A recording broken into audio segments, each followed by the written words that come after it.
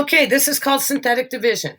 Okay, it's kind of like a simple way of doing long division, but on steroids. Okay, the one thing I need to know is what we're going to do is we first need to make sure we have every degree covered. And what I mean by that, first of all, it needs to be in standard form. Do you guys remember standard form? I mean, it's been a whole week. Standard form means you have the highest exponent, k to the fifth, k to the fourth, k cubed, k squared, k, and then number.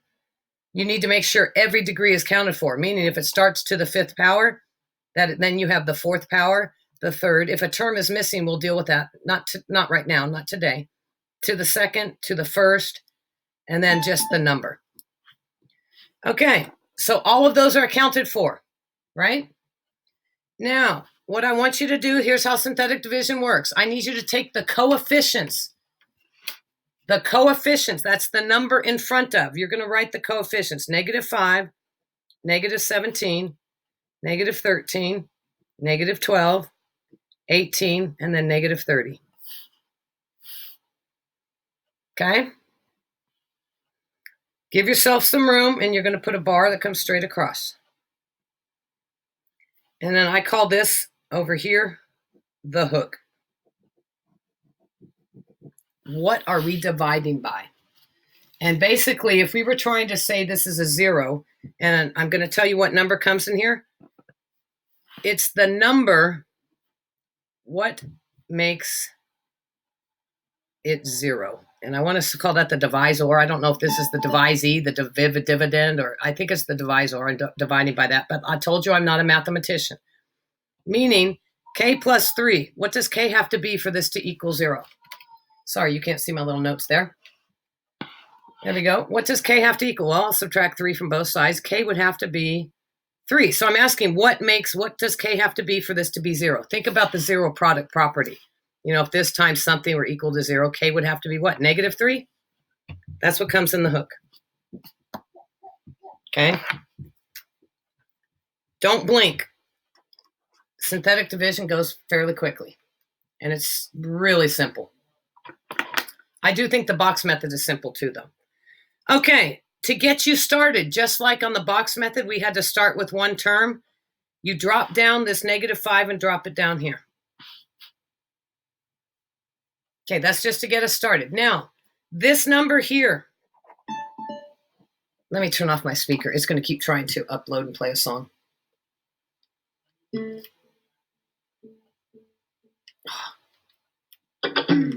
Thank you. Oops, and it came right back on. Stop that. Okay, now it's off.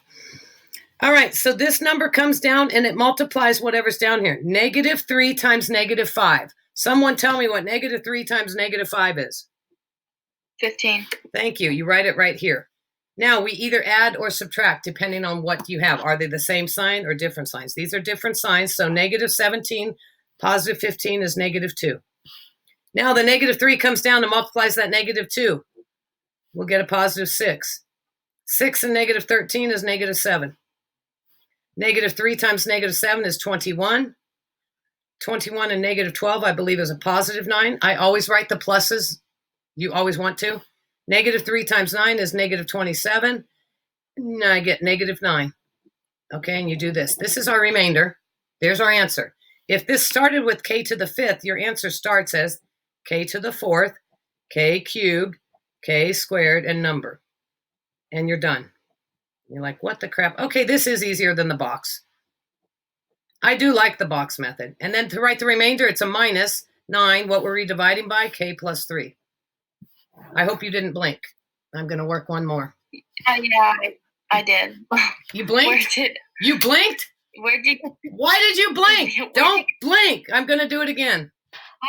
After the first number 5, I was confused on how you got a 2. Okay. So the -5 dropped down to get us started, right? That's how we get started. -5. That's just how you start. And it comes from right here. These are all the coefficients. That's where I'm getting these numbers from. They're all of these coefficients. Are you with me? Yes. Okay. To get us started, always in synthetic division, the very first coefficient drops down just to get us kick-started. This -3, whatever number is down here, multiplies this number, and then whatever you get pops up here. If you want, for right now, you could put these little squigglies here. That might be helpful. In fact, that's not a bad idea. Kind of looks like a box, huh? -3 times -5 is 15. I combined these two. What's -17 plus and a +15? That's how you get the -2. I have a. Oh, okay, I get it now. Love that sound. -3 times -2 is 6. 6 and -13 would be -7. Then -7 times -3 is +21. You get a 9. 9 times -3 is -27. Here's our remainder. This is our answer, but we have to add the letters back in. If it starts to the 5th degree, this is going to be 1 less degree because we're dividing by 1k, so this has to drop that exponent by 1. Okay, I'm still going to work the next one.